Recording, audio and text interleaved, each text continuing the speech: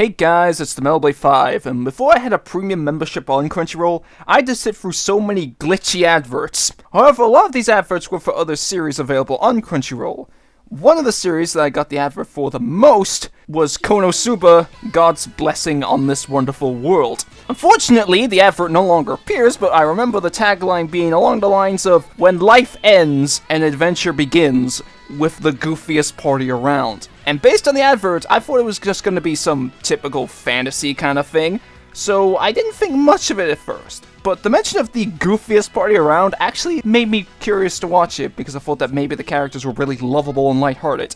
But there were two major concerns for me. One was that I got this impression at the back of my mind thinking that it might be cheesy. I don't know why. And second was that I hadn't heard of this anime before because I never saw any anime YouTubers talk about it at the time, which made me worry that it might be bad or unforgettable. Plus, I felt that the death aspect was kind of random and forced in, but that was just based on the advert.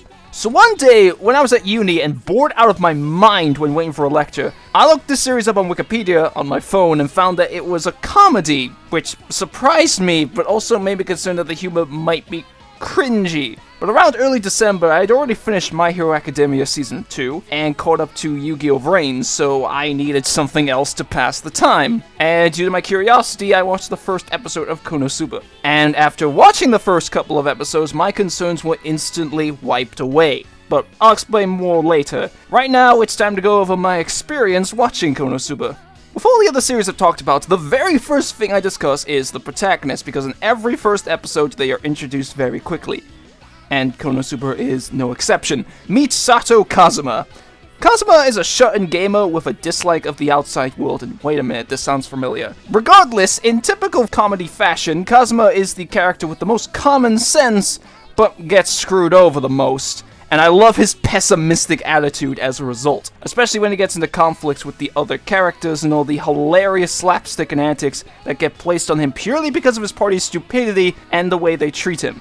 Since I only heard of KonoSuba from the CrunchyRoll adverts, I knew about Kazuma's death when he pushes a girl out of the way of a lorry, but what I wasn't expecting was that to be a fake-out, as it was actually a slow-moving tractor that wouldn't have killed the girl, and Kazuma died from shock. It plays into one of the main things that I love about KonoSuba's humor, which occurs throughout the series, where they mess with your expectations, but in a good way, by making me think that something was going to go one way, but in actuality goes in a completely unexpected and funny direction. Even what I assumed from the advert turned out far from what I got, but in the best way possible for me.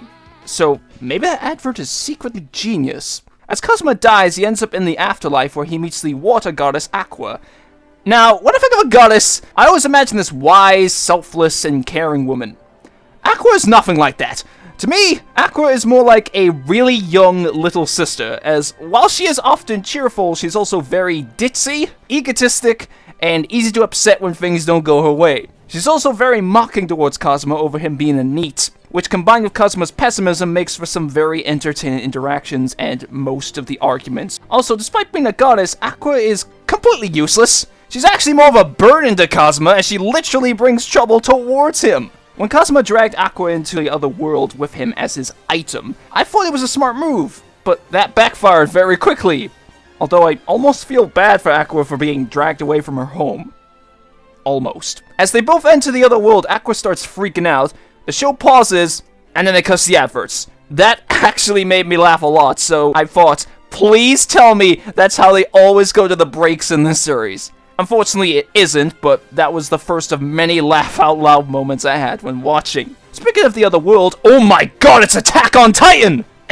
Not only does Kazuma's mission of killing the Devil King sound like something from a classic RPG, but the other world basically is an RPG, since it has all the mechanics like classes, stats, skill points, and side quests with monetary rewards. Okay, I can get behind this. I like that a lot. Then during the montage of Kazuma and Aqua acting as construction workers, I thought, wait a minute, weren't you supposed to be adventurers? But that's the entire joke at the end. This series is way too aware of what its viewers must be thinking. It's kind of creepy. So as Kazuma and Aqua get their priorities straight, that's when the first episode ends. and I didn't end up watching the second episode until over a week later. This was because this was around the time when my hard drive got damaged and needed repairing, and I really wanted to get the My Hero Academia video done after the setback, so it just slipped my mind. But after that was all over, I finally got around to watching the second episode, with the iconic scenes of Kazuma and Aqua struggling to kill some giant toads, mainly due to Aqua's useless abilities, and as a result, we need a new party member. The Crimson Demon Arc Wizard Megumin. I love Megumin, cause she's fucking nuts. She is obsessed with explosion magic and destroying things with it. To me, it seemed like we finally got a competent party member, but then I saw that she can only use the explosion magic once per day and becomes immobile after use. And explosion magic is the only thing she knows. Well, shit! At least the explosions are epic and good for killing things. It's like Michael Bay got reincarnated as a cute anime girl or something. And with one new party member, another comes shortly. The Crusader Darkness. Wait, your name is Darkness? Well, I know now that's not her real name. I thought it was really weird at first. She must be really famous in the Kingdom Hearts universe.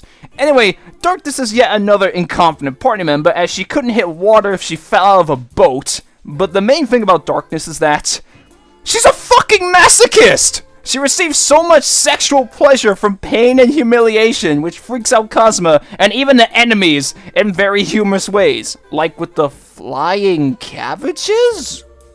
What? Plus, Megumin and Darkness blame a while of Kazuma's pessimism, in that he actively tries to get rid of them whenever an opportunity arises due to how much he hates their stupidity and glaring weaknesses. And while I was initially worried that Megumin's explosion obsession and Darkness's masochism would be what entirely defines their characters, that didn't end up being the case, because while it is their running gags, they have many funny interactions with Kazuma and Aqua that don't involve those traits. So we have a competent guy with really bad luck, a useless and idiotic goddess, a mage who can only use one spell per day, and a masochistic crusader who can't hit anything.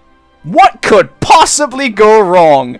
This is the worst party ever, but also the best party ever, just for the banter. And that became more apparent as I watched all of their hilarious misadventures. Also, just because I need to put this in somewhere, episode 3 is the introduction of Kazuma's recurring gag in the steal skill. When he first used it on Chris, the camera angles made me think, he stole her knickers, didn't he? And that's exactly what happened. So with the party formed, some sort of threat appears outside Axel. What is it? Jumping tomatoes this time? Holy shit. So already I ended up encountering one of the Devil King's generals, Verdia, because Megumin kept blowing up his castle, and somehow it's still standing. I wasn't expecting something like this to happen so soon. Verdia puts a death curse on Darkness with a 1-week time limit, making me think that the next episode was going to be Kazuma and the gang traversing through his castle as a dungeon, but Aqua immediately removes the curse.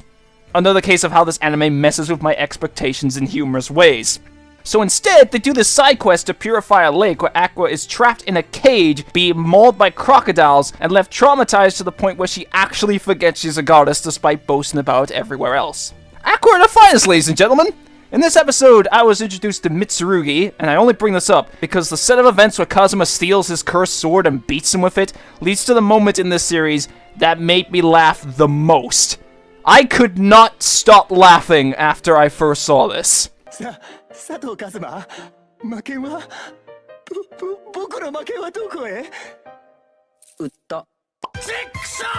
like parting off the Master Sword! Then, oh right, Verdia! I actually forgot about you at this point! Verdia comes back because they didn't go to his castle, and Megumin continued to blow it up, leading to an actual fight scene.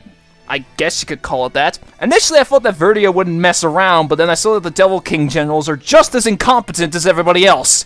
He gets freaked out by Darkness being Darkness, then has his head used as a football, and finally is killed by frickin' water. Holy crap, they actually accomplished something important! Even with it being the wackiest fight scene ever, I never thought that they would actually be able to beat a general. At the very least, not this soon. Plus, what truly makes the fight funny is just Verdia's reactions to all the stupid shit going on, and from when he gets attacked. Anyway, they later take up a quest to kill snow sprites, which pisses off this creepy winter shogun thing, and leads towards one of Kazuma's other recurring gags.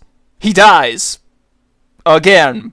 And this time meets Eris, who pads her chest! and Kazuma is very clearly attracted to. While Kazuma is given the option to be born into a wealthy family, he also wishes that he could have stuck with the others for longer. Aha! I knew it, Kazuma! Deep down, you love them as well. And that's another thing I really like about KonoSuba. Even though the party constantly gets on each other's nerves and they're all assholes in a funny way, they're still friends at the end of the day. Well, sometimes. Kazuma's still pretty quick to ditch them when an opportunity arises. Even when he gets revived, he soon regrets his choice. Such is Kazuma's life of having the worst luck ever, despite having a high luck stat. Just like me! But regardless, it still shows that they're not really horrible to one another, despite the fact that they constantly argue and get on each other's nerves.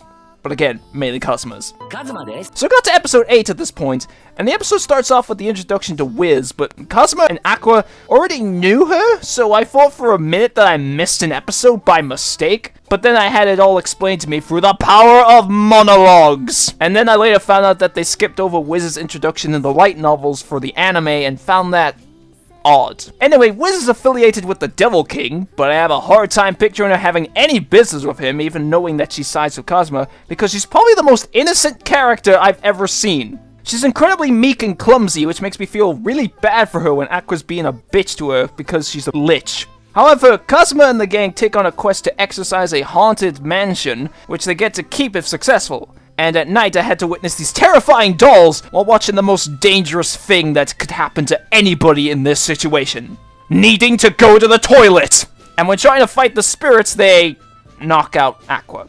But they were successful, so hooray! Even though it was Aqua's fault the whole time and wouldn't be the last. Then I got to episode 9 where, oh my god! This is the best anime ever! So Kazuma goes to a succubus brothel, the greatest combination of words ever, where the clients are given dreams about whatever sexual fantasy they desire.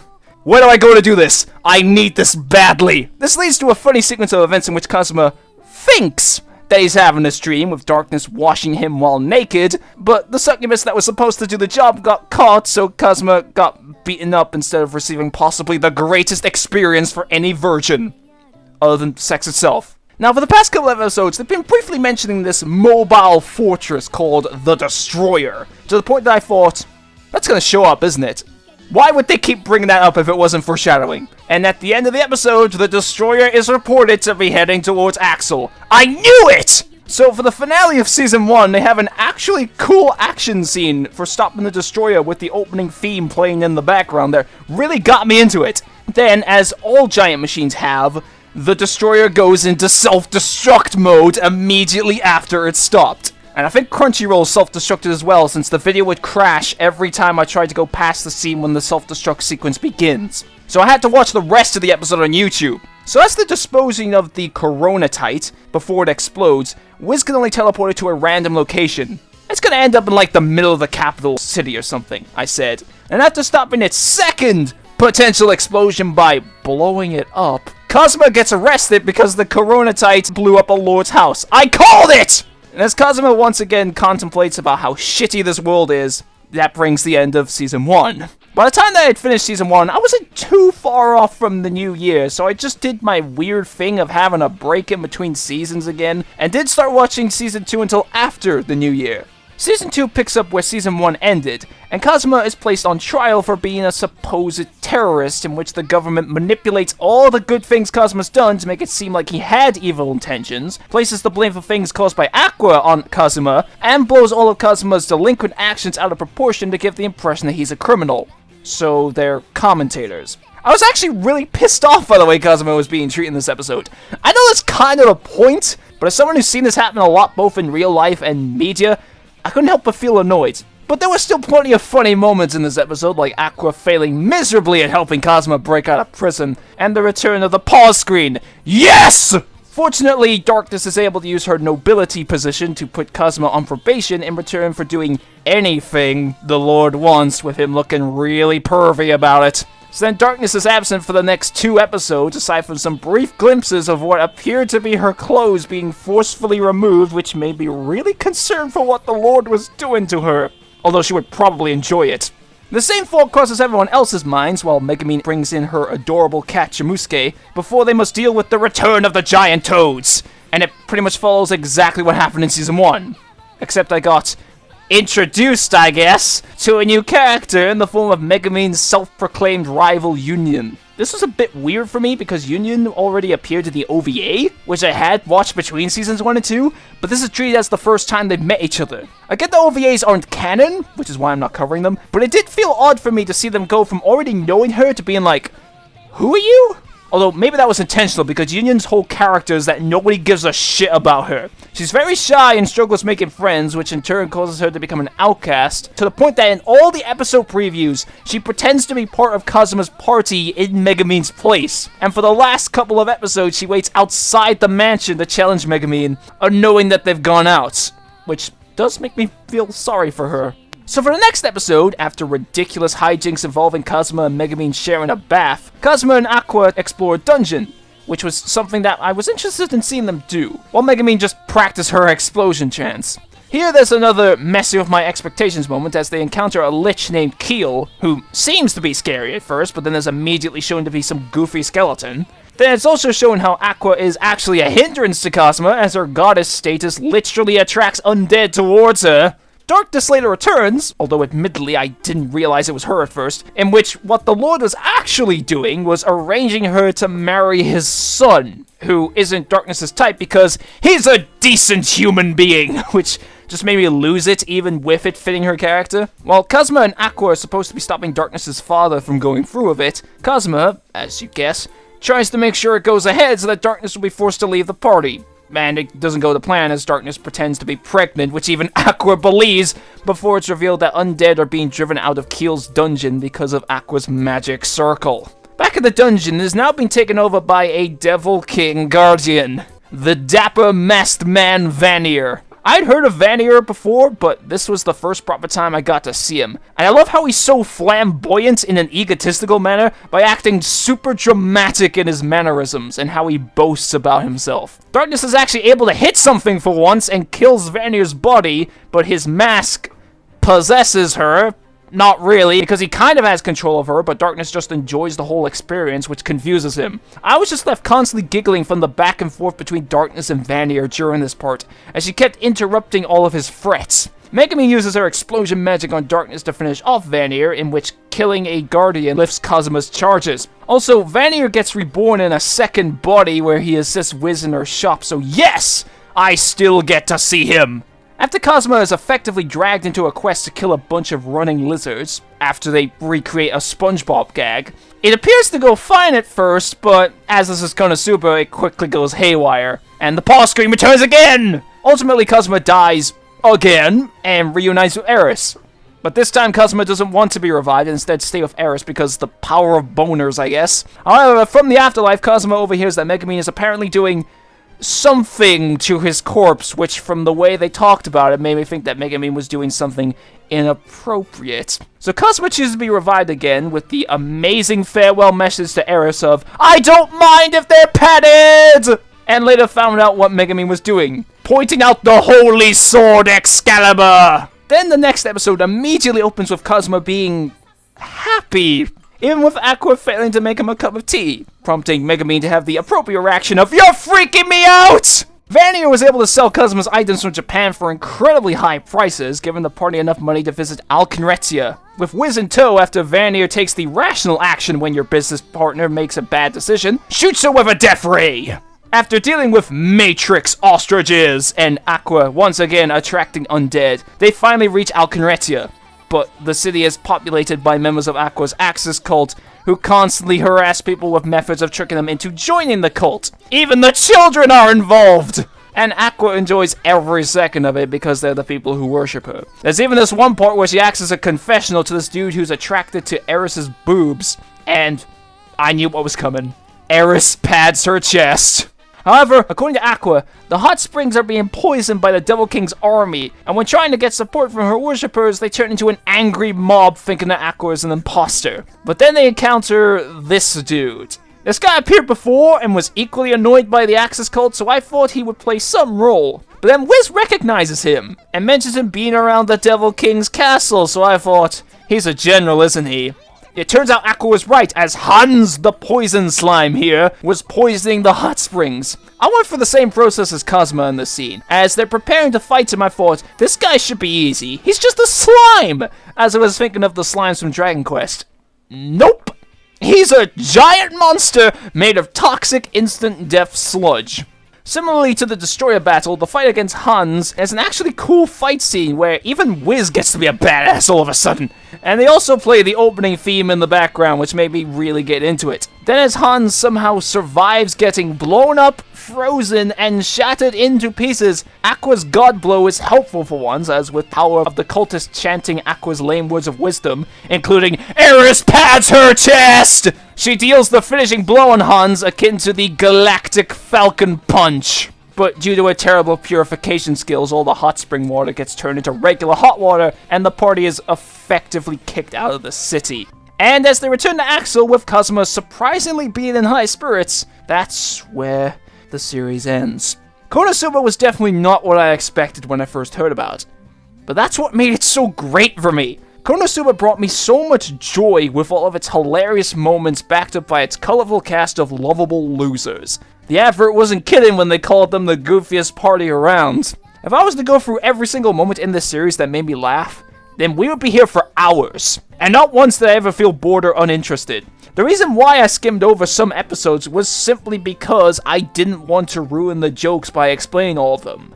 Which might make you wonder why I even bothered to make a video on KonoSuba, and to that I say, touche. But I still wanted to because I quickly fell in love with it. That's just what I do.